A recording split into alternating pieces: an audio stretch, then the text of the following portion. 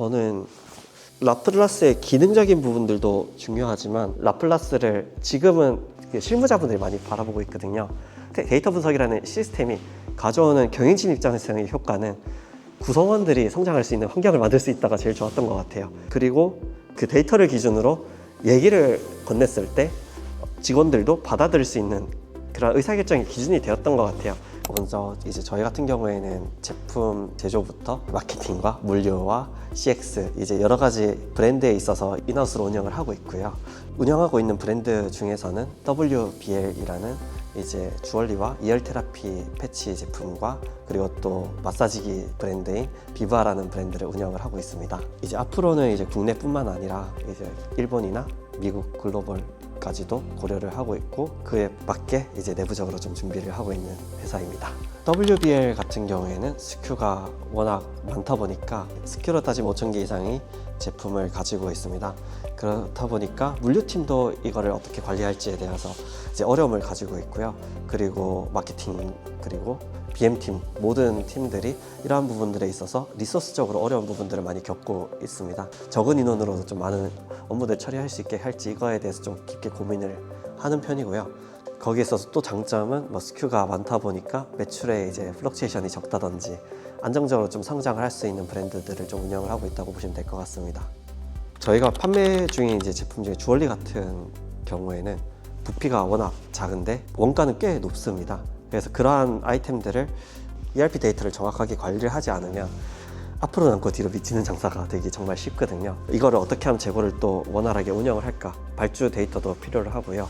악성 재고가 남을 경우에는 이제 BM팀과 마케팅팀과 어떻게 유통이나 마케팅으로 털어낼지, 프로모션 기획 같은 경우에도 다양한 스킬 중에서 어떤 제품, 재고를 가지고 있는 제품으로 이제 마케팅을 풀어낼지 이런 것들에 대해서도 좀 깊게 고민을 하는 편입니다. 그래서 그러한 부분들에 있어서 최대한 시스템화하려고 노력을 많이 하고 있는 편인 것 같습니다. 원가 측면에 있어서 좀 말씀을 드리면요. 금값이 최근에 엄청 증가를 했잖아요. 그래서 저희는 작년, 재작년 제일 큰 첫 번째 순위가 원가율을 어떻게 관리를 하느냐 그리고 미래 예측을 해서 어떻게 원가율을 개선하느냐가 가장 큰 숙제 중에 하나였습니다. 근데 SKU가 많다 보니까 이거를 체계적으로 관리를 하려면 출고 데이터와 이제 실제 판매 데이터와 조인을 시켜서 원가율을 예측을 해야 되잖아요. 실은 원가율이라는 거는 이제 매출 대비해서 출고된 그 원가를 계산을 할 수 있어야 이제 정확한 원가율이 잡히는데 이게 회계 기준으로 가버리면 이걸 말일에 대서야 알 수 있고 또 제품 스킬별로는 알 수가 없다 보니까 어려움이 매우 많았습니다.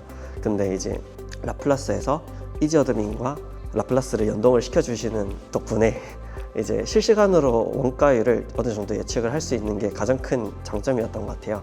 그래서 앞으로 우리가 결국에는 브랜드사가 살아남으려면 신제품을 어떻게 개발을 하느냐가 이제 제일 중요해졌는데 그거를 미리 예측을 할 수 있는 준비를 할 수 있는 그러한 시스템이 기반이 되었던 것 같아요.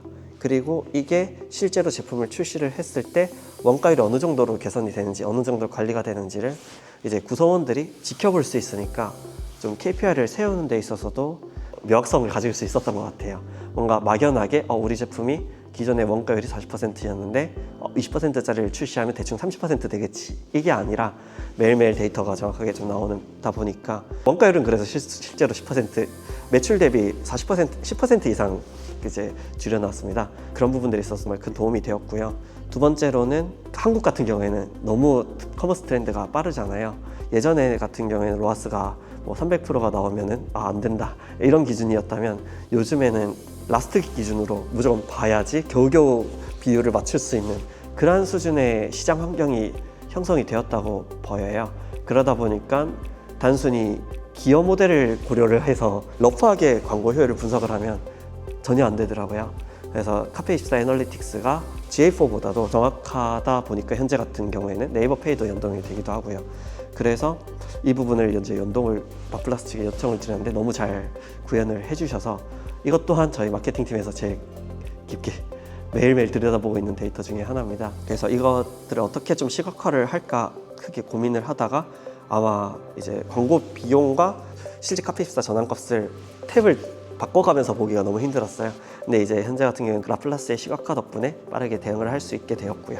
그래서 그 부분들에 있어서도 좀 광고 효율을 좀 더 체계적으로 분석할 수 있는 계기가 되었습니다. 그러니까 매일 아침마다 예전 같으면 입력한 데이터가 정말 많았거든요. 근데 이제는 그러한 업무들을 이제 하지 않아도 되니까 그 부분들에 있어서 큰 만족을 이제 갖고 있다고 실제로도 며칠 전에 물어봤어요. 인터뷰 요청이 와가지고 어떤 부분 괜찮냐고 이제 저희 마케팅 직원한테 물어봤는데 진짜 매일 보고 있다고 그래서 입력도 안 해도 돼서 편하다고 리소스 줄이는 부분에 있어서 정말 좋은 서비스라고나 생각을 하고 있습니다. 결국에는 원가를 개선하려면 제품에 대한 고민이 먼저 들어야 되거든요. 제품 라인업을 바꾸는 데 있어서는 3개월에서 6개월 엄청 긴 시간이 호흡이 걸리거든요. 그러다 보니까 미리 고민을 시작을 해야 됩니다.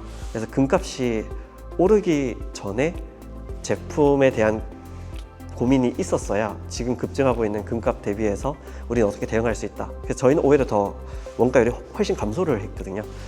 저는 라플라스의 기능적인 부분들도 중요하지만 라플라스를 지금은 실무자분들이 많이 바라보고 있거든요. 데이터 분석이라는 시스템이 가져오는 경영진 입장에서의 효과는 구성원들이 성장할 수 있는 환경을 만들 수 있다가 제일 좋았던 것 같아요. 그리고 그 데이터를 기준으로 얘기를 건넸을 때 직원들도 받아들일 수 있는 그런 의사결정의 기준이 되었던 것 같아요. 제 입장에서의 데이터 분석을 통해서 뭔가 실적이 개선됐다 이것도 좋지만 구성원들이 성장에 있어서 물류팀도 그렇고 지금은 물류팀도 엮여 있거든요. 앞으로는 그래서 악성 재고라든지 물류팀과 영업팀과 마케팅 이 세 팀의 성장을 도울 수 있는 툴이 되었다라고 보는 게 저는 가장 좀 컸던 것 같습니다.